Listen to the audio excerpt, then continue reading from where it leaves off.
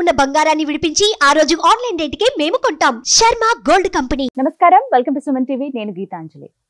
శ్రావణ మాసం ఆగస్టు 9వ తారీఖున నాగుల పంచమి. ఈ సందర్భంగా నాగుల పంచమి విశిష్టత, అలాగే ఆ రోజున ఎటువంటి పూజా విధానాన్ని మనం ఆచరించాలి, ఎటువంటి నియమాలు మనం పాటించాలి, మరీ ముఖ్యంగా ఏ దైవారాధన చేయాలి, వీటి గురించి వివరాలు తెలుసుకుందాం. ప్రస్తుతం మనతో పాటు ఉన్నారు ప్రముఖ జ్యోతిషులు బ్రహ్మశ్రీ నందిభట్ల శ్రీహరి శర్మ గురువు గారు. వారితో మాట్లాడి మరిన్ని విషయాలు తెలుసుకుందాం. గురుగారు నమస్కారం అండి. వాగర్థావివ సంపృక్తౌ వాగర్థ ప్రతిపత్తయే జగతః పితరౌ వందే పార్వతీ పరమేశ్వరౌ. సదాశివసమారంభాం శంకరాచార్య మధ్యమాం అస్మదాచార్య పర్యంతం వందే గురుపరంపరాం. ఆదిత్యాయ చ సోమాయ మంగళాయ బుధాయ చ గురుశుక్ర శనిభ్యశ్చ రాహవే కేతవే నమః.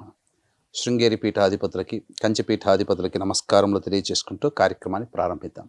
గురుగారు, ఆగస్టు 9వ తారీఖున పంచమి, నాగుల పంచమిగా అందరం జరుపుకుంటాం. ప్రత్యేకించి అంటే ప్రాంతాన్ని బట్టి నాగుల చవితి అంటే మనం కార్తీక మాసంలో చేస్తాము, ఇప్పుడేమో నాగుల పంచమి అని అంటారు. ముందుగా ఆ వ్యత్యాసం ఏమిటో చెప్పండి. దాంతోపాటుగా ఆ రోజున పూర్తిగా ఉందండి పంచమి తిథి. ఆ రోజున రాత్రి 3:15 వరకు, మధ్యరాత్రి వరకు కూడా పంచమి తిథి ఉందమ్మా. పూర్తిగా ఉన్నట్టు. హస్త నక్షత్రం ఆ రోజున చక్కగా ఈ పంచమి తిథి అనేటువంటిది మనము నాగుల పంచమిగా శ్రావణ మాసంలో చేసుకుంటే కార్తీక మాసం చవితి రోజున నాగుల చవితితో అంతం చేస్తాం. అంటే నాగుల చవితితో సమాప్తం అవుతుంది. అంటే అప్పటికి మనకు ఇంతకుముందు వీడియోలో చేసుకున్నాం. తొలి ఏకాదశి రోజున విష్ణు భగవానుల వారు శయనానికి వెళితే, ఉత్థాన ఏకాదశి రోజున కార్తీక మాసంలో వచ్చే శుక్ల ఏకాదశి రోజున నిద్ర మేల్కొంటాడు. అంటే అప్పటి వరకు కూడాను విష్ణు సంబంధమైన ఆరాధన, ఈశ్వర సంబంధమైన ఆరాధన చేస్తాం. కానీ ఈ నాగుల పంచమి రోజున నాగదేవతారాధనని ప్రారంభించి కార్తీక మాసంలో చవితి రోజున సమాప్తం చేసేటువంటి దాన్ని, ఇది కూడా ఒక వ్రతం కిందనే. అందుకనే పంచమికి ప్రారంభించి చవితికి సమాప్తం చేస్తున్నాం. అంటే పంచమి వెనకాల చవితే కదా, చవితి తర్వాత పంచమి కదా. అందుకని కార్తీక మాసంలో వచ్చే చవితిని నాగుల చవితిని, శ్రావణ మాసంలో వచ్చే పంచమిని నాగుల పంచమిని, ఈ పంచమి నుంచి కార్తీక మాసం వచ్చే చవితి వరకు కూడా ఈ యొక్క నాగదేవత ఆరాధన ఒకప్పుడు ఉండేది. పూర్వకాలంలో ఒక నియమంగా 4 నెలల పాటు పూజించేవాళ్ళు. కానీ కాలక్రమేణా ప్రారంభించే దానిని, ముగించే దానిని మాత్రమే పండుగల రూపంలో మనం కొలుచుకుంటూ వస్తున్నాం. అసలు చేయాల్సింది శ్రావణ మాసం పంచమి నుంచి మొదలుకొని కార్తీక మాసం చవితి వరకు పూజ చేయాలి. అందుకే కార్తీక మాసంలో దాని నాగుల చవితి అని, దీని నాగుల పంచమి అని అంటారు.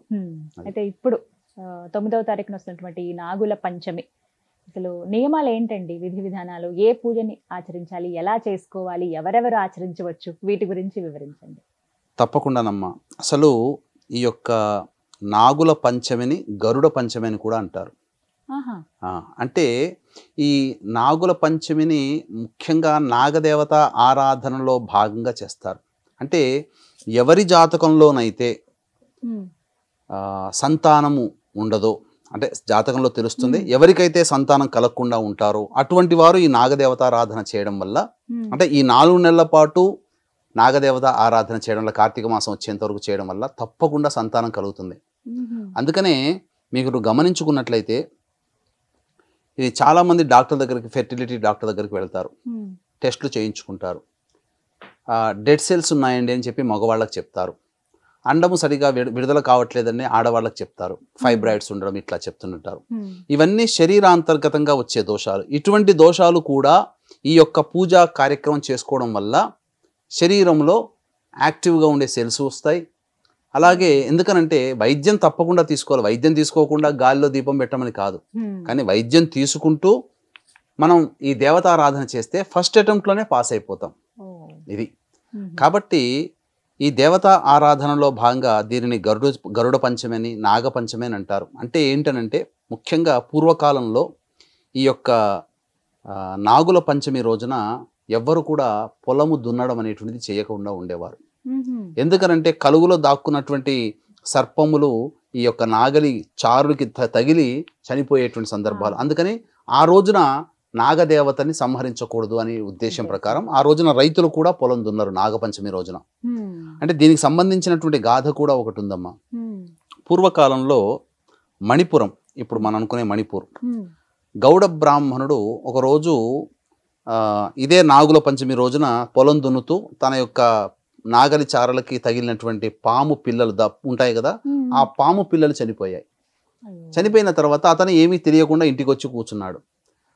తల్లి పాము వచ్చి నా పాములను పిల్లల్ని చంపారు ఎవరు అని చెప్పని వెతుక్కుంటూ ఆ ఊర్లంతా వెతికితే ఆ బ్రాహ్మడి యొక్క ఇంట్లో ఉన్నటువంటి నాగలి చారుకి తగిలినటువంటి రక్తం మరకలను చూసి ఈ బ్రాహ్మడే చంపాడు అని ఉక్రోషంతో ఆ కుటుంబాన్ని అంతా నాశనం చేస్తాననే శపథం పట్టుకొని ఆ యొక్క కుటుంబాలందరినీ కూడాను చంపింది.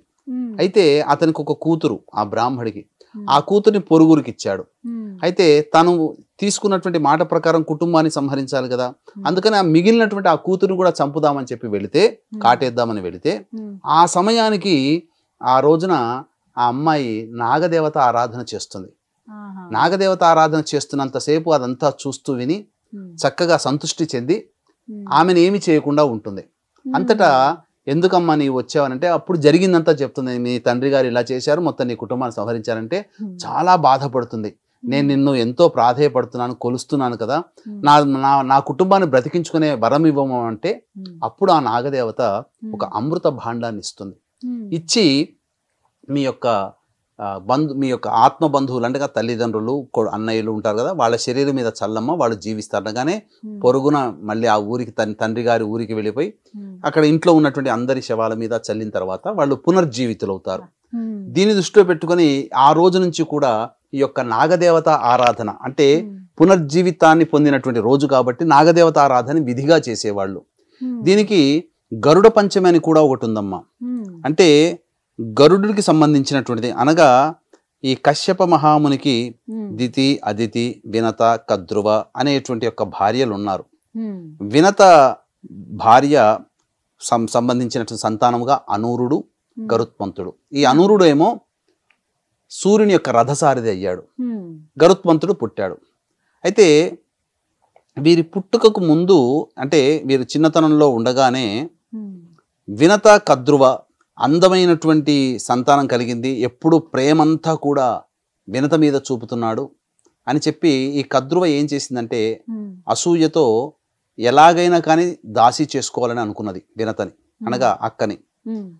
అప్పుడు ఈ క్షీరసాగర మథనంలో ఉచ్చైశ్రవం అనేది బయటపడింది. అంటే లక్ష్మీ అమ్మవారితో పాటుగా చంద్రుడు, ఇవన్నీ ఉచ్చైశ్రవం కూడా అంటే అమృతంతో సహా ఉచ్చైశ్రవం కూడా పండింది. అంటే బయటపడినప్పుడు అంటే ఉచ్చైశ్రవం అంటే అది స్వర్గలోకంలో స్వేచ్ఛగా విహరించేటువంటి గుర్రం.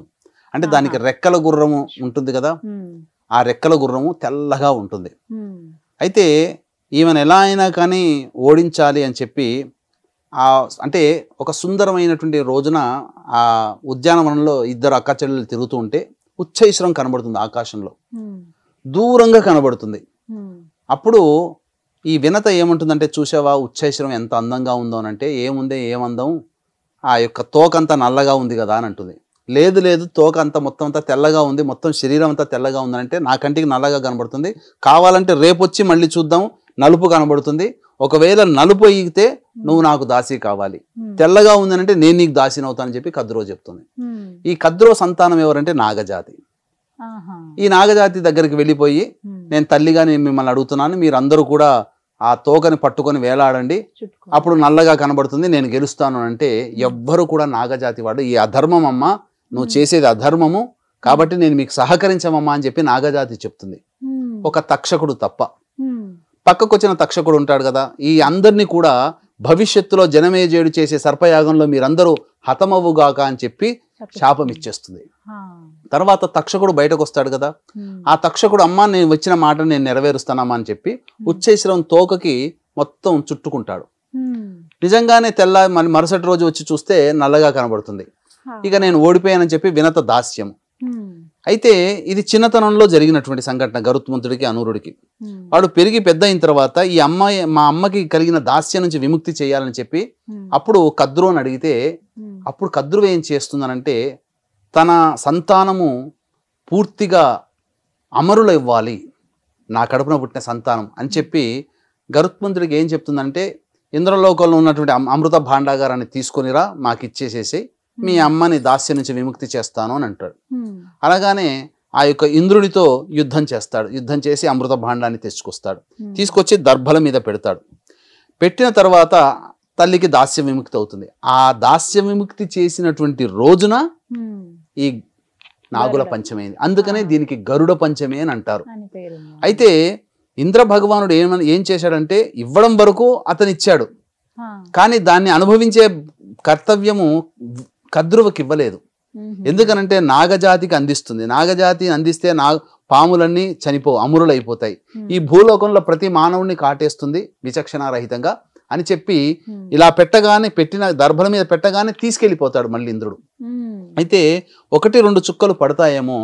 ఆ కద్రువ ఏం చేస్తుంది, మీరందరూ వెళ్ళి అమృత భాండాన్ని తీసుకోండి అని చెప్పగానే అందరూ వస్తారు. వచ్చి ఆ దర్భల మీద ఏమి లేనిది చూసేసి కనీసం ఆ దర్భల మీద ఉన్నటువంటి చుక్కలనైనా తీసుకుందామని నాకుదామని నాలికను చాపుతాయి నాగుపాములు. ఆ చాపడంతో దర్భ చాలా చాలా ఎలా ఉంటుందంటే చాలా షార్ప్గా ఉంటాయి అన్నమాట దర్భ అగ్రాలు. అవి నాలికకు తాకగానే అవి తగిలిపోయి ఆ నాలికలు 2గా చీలిపోతాయి వాటికి. అందుకని ఇప్పటికీ కూడా పాము తెరవగానే చూస్తే 2గా ఉంటాయి, ఇలా తెరవగానే ఇలా ఉంటాయి, విడిగా ఉంటాయి. అప్పటి నుంచి ఆ విధంగా వచ్చాయి అన్నమాట. సో ఇది గరుడ పంచమిగా ఉన్నటువంటిది. అంటే ఈ గోదావరి నదికి 7 ఉపనదులు, అందులో వైనతేయ అనేటువంటిది ఉపనది కూడా ఉంది. వైనతేయుడు అన్న ఎవరు, గరుత్మంతుడే. కాబట్టి ఈ మనకు ఆంధ్ర ప్రాంతంలో ఈ వైనతేయ నది దగ్గరనే గరుడేశ్వరం అనే దేవాలయం ఉంది. అక్కడ గరుత్మంతుడు ప్రతిష్ఠించినటువంటి శివలింగం ఉంది, గరుడేశ్వరుడు.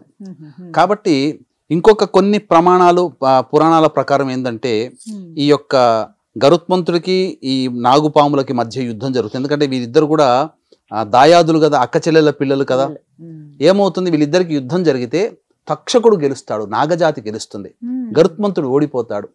అప్పుడు ఓడిపోయినప్పుడు ఈ తక్షకుడు ఏమని అంటాడంటే, మేము విజయానికి గుర్తుగా మా యొక్క మాలని అనగా మా యొక్క చిహ్నాన్ని నీ యొక్క మెడలో వేసుకో అని అంటారు. అందుకనే పాములని మెడలో వేసుకున్నటువంటి విధంగా కొన్ని దేవాలయాల్లో గరుత్మంతుడు కనిపిస్తాడు. ఇది కూడా ప్రమాణంగా ఉంది. కాబట్టి ముఖ్యంగా ఎటువంటి వాళ్ళు ఈ యొక్క వ్రత ఆరాధన చేయాలి అంటే, ఎవరి జాతకంలోనైతే స్త్రీ జాతకంలో ముఖ్యంగా అష్టమ స్థానము గర్భస్థానము, అందరికీ ఆయుస్థానము, కానీ అష్టమ స్థానం గర్భస్థానం. ఈ గర్భస్థానంలో రాహు ఉన్నా, కేతు ఉన్నా, కుజుడున్నా, అలాగే శని ఉన్నా, శని కుజులు కలిసి ఉన్నా, ఎవరి జాతకంలో సంతాన స్థానంలో శని కుజులు ఉంటారో, రాహు ఉంటాడో, కేతు ఉంటాడో, అలాగే శని కూడా ఉంటాడో, వీళ్ళందరికీ సర్పశాపం, కాలసర్పదోషంలో జన్మించిన వాళ్ళు, ఇటువంటి వాళ్ళందరూ కూడా ఈ యొక్క నాగుల పంచమి తిథి రోజున మొదలుకొని ఈ సంబంధించినటువంటి కార్తీక మాసంలో వచ్చే నాగుల చవితి వరకు నాగదేవత ఆరాధన చేస్తారో వాళ్ళకి చాలా శుభాలు కలుగుతాయి. వాళ్ళ జాతకంలో ఉన్న దోషాలు తొలగి సంతానవంతులు అవుతారు. అయితే మహిళలందరూ కూడానమ్మా ఈ రోజున ఏం చేస్తారంటే, పాము పుట్టల దగ్గరికి వెళ్ళిపోయి పాలు తెగ పోసేస్తుంటారు. కానీ చాలా తప్పమ్మా. పాలు తాగితే అజీర్తి, పాములకి వాంతి చేసుకుంటాయి. మనం ఏ ఉద్దేశంతో పోస్తున్నాము, దేవత సర్పం అనే భావనతో వారికి మనం ఆకలి తీర్చాలనే భావం చూస్తున్నాం. కానీ మనం ఏం చేస్తున్నామంటే, వారి ప్రాణానికి మనం ఏదన్నా ఫుడ్ మనం తీసుకున్నాం అనుకోండి, ఫుడ్ ఇన్ఫెక్షన్ అయితే ఆ 2 రోజులు మనం ఎంత బాధపడతాం, నరకం కదా అది. మరి ఆ నరక భావనని మనం పాములకి కలగచేస్తున్నాం. మనమేమో భక్తి భావంతో వెళ్ళి చేస్తున్నాం. కానీ అక్కడ ఏంటంటే నిజమైనటువంటి ఆవు పాలు, ఇప్పుడు అన్ని జెర్సీ పాలు, అసలైనటువంటి నాటు ఆవు పాలని మీకు భక్తి ఉంది, శ్రద్ధ ఉంది, ఆ పుట్టలో 2 చెంచాలు పోయండి. ఆ రోజున చేయమన్నది ఆవు పాలతో రావి చెట్టు కింద ప్రతిష్ఠితమైనటువంటి నాగదేవత విగ్రహానికి అభిషేకం జరపమన్నది.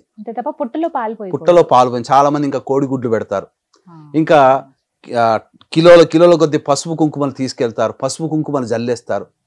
దీని తర్వాత ఈ పసుపు కుంకుమలు జల్లితే కూడా వాటికి ఎలర్జీ, చర్మ సంబంధంగా మనకెలా అయితే ఇబ్బందులు వస్తాయో రోగాలు, పాములకి ఆ పసుపు పడదు. కాకపోతే ఆ పాము పుట్టకి కొద్దిగా బొట్టు పెట్టండి, పసుపు కుంకుమ చల్లండి, అంతే తప్ప మొత్తము జల్లేసుకుంటూ రాకూడదు.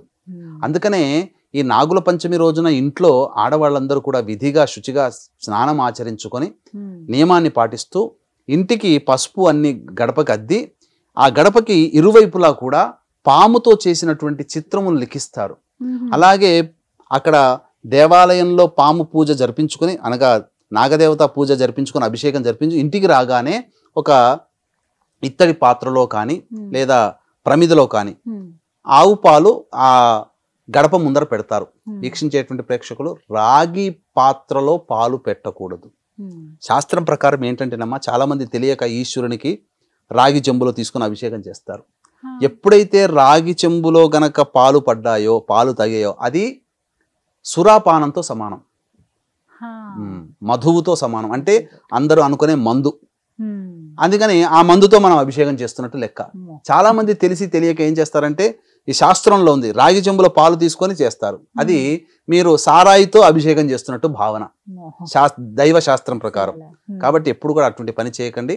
చక్కగా ఈ యొక్క సంబంధించినటువంటి విధానముగా ఆచరించండి, అభిషేకం చేసుకోండి, విగ్రహానికి అభిషేకం చేయండి. అంతేకాని పాము పుట్టలు, సినిమాల్లో చూపించినట్టుగా గుడ్లు అవి పెట్టకూడదు. అవి ఏంటంటే సినిమాటిక్గా అర్థం కావడం కోసం గుడ్లు పెడతారు, పాము దగ్గర పుట్టలో పాలు పోస్తారు. ఏ పాము కూడా పాలు తాగదమ్మా. అది కొన్ని సందర్భాలు దేవతా సర్పములు మాత్రమే పాలు తాగుతాయి. ఆ దేవతా సర్పం మన దగ్గర ఎందుకు ఉంటుంది? ఎక్కడో అడవుల్లో ఉంటాయి, సంచరిస్తుంటాయి, మానవులకి కనిపించవు దేవతా సర్పాలు. మామూలుగా ఉండేటువంటి సామాన్యమైనటువంటి సర్పములు. కాబట్టి ఈ విధంగా గనక నాగదేవత ఆరాధన ఎవరైతే చేస్తారో సంతానం కలగని వాళ్ళకందరికీ సంతానం కలుగుతుంది. నాగ శబ్దం అందుకనే చాలా మందికి పిల్లల్లో నాగలక్ష్మి, నాగ ప్రసన్న, అలాగే నాగరాణి, నాగేంద్ర, నాగరాజు ఇలా పేర్లు పెడతారు. కొంతమంది సుబ్బలక్ష్మి, సుబ్బాయమ్మ, సుబ్బారాయుడు, సుబ్బయ్య, సుబ్బారావు, ఇలా సుబ్బ అనే శబ్దం కూడా మీకు గమనించుకుంటే మోపిదేవి క్షేత్రంలో ఉండే స్వామి వారి పేరు సుబ్బారాయుడు. అందుకనే అక్కడికి వెళ్ళి ప్రదక్షిణ చేయడం వల్ల, పూజ చేయడం వల్ల పుట్టిన సంతానం కాబట్టి సుబ్బలక్ష్మి అనో, సుబ్బారావు అనో, సుబ్బారాయుడు అనో పేరు పెట్టుకుంటారు. ఇవన్నీ కూడా ఎందుకు ఈ విధంగానంటే, ఇప్పటికీ కూడా మనకు సైన్స్కి అంతు చిక్కనటువంటిది ఏంటంటే, ఈ యొక్క దేవతారాధన చేసినందువల్ల తప్పకుండా సంతానం కలుగుతుంది, మంచి సంతానం కలుగుతుంది. అంటే ఈ యొక్క సర్పములు ఏంటంటే అతి దీర్ఘకాలంగా జీవిస్తాయి, వాటికి ఓర్పు ఎక్కువగా ఉంటుంది, సహనం ఎక్కువగా ఉంటుంది, అలాగే ఏదైనా సాధించాలనే తపన ఉంటుంది. ఆ దేవతారాధన చేయడం వల్ల ఎక్కువ ఆయుష్ కలిగినటువంటి సంతానము, ఓర్పు కలిగినటువంటి సంతానం కలుగుతుంది. అంతేకాకుండా పురుషుడి యొక్క కణాలు గనక మనం టెలిస్కోప్లో చూస్తే ఎలా కనబడతాయి? పాము గనక తిరిగినట్టుగానే చలిస్తుంటాయి. పాము ఎలా అయితే ఇలా ఇలా తిరుగుతుందో కణములు కూడా ఇలా ఇలా ఇలా తిరుగుతుంటాయి. అంటే మానవ పుట్టుకకి నాగజాతికి సంబంధం ఉంది. ఈ నాగజాతి వల్ల సంతానం కన్నా మహిళలు కూడా ఉన్నారు. నాగజాతి వల్ల అది కర్ణాటకలో కొన్ని ఉదంతాలు మనకు తెలుసు. కాబట్టి పూర్వకాలం నుంచి కూడాను నాగజాతితో మానవ సంబంధం అనేటువంటిది ఉంది. కాబట్టి అవినాభావ సంబంధం నాగజాతికి మానవ పుట్టుకకి కూడా ఉంది. కాబట్టి అందరూ కూడా వివాహమైనటువంటి మహిళలు తప్పకుండా నాగదేవత ఆరాధన చేయడం వల్ల తప్పకుండా సంతానం కలుగుతుంది. అలాగే ఇంతటి పవిత్రమైనటువంటి మాసము కాబట్టి ఆగస్టు 31వ తారీఖు రోజున శని త్రయోదశి వచ్చింది. అందున పుష్యమి నక్షత్రంతో కలిసినటువంటి శని త్రయోదశి కాబట్టి వృషభ, మిథున, కర్కాటక, సింహ, తుల, వృశ్చిక, మకర, కుంభమీన రాశిలో జన్మించిన వారికి శని దోష పరిహారార్థమై మా పీఠం ఆధ్వర్యంలో శనీశ్వర హోమాలు, అఘోర పాశుపత మంత్ర హోమం, సుదర్శన హోమం, లక్ష్మీ హోమము, అలాగే రుద్ర హోమం లాంటివి జరిపించడం జరుగుతుంది. కేవలం 1500 రూపాయల రుసుముకి. అలాగే ఒక్కొక్క క్షేత్రంలో ఒక్కొక్క నెలలో ఒక్కొక్క క్షేత్రంలో సంవత్సరం పాటు మీ కుటుంబ సభ్యుల గోత్రనామాలతో కూడా జరిపించడం జరుగుతుంది. అవకాశం ఉన్న వాళ్ళు కార్యక్రమ తదనంతరం కాంటాక్ట్ చేసి పూర్తి వివరాలు తెలుసుకోవచ్చు. చాలా చక్కగా వివరించారు గురుగారు, ధన్యవాదాలండి. సర్వం శ్రీ ఉమామహేశ్వర పరబ్రహ్మార్పణమస్తు.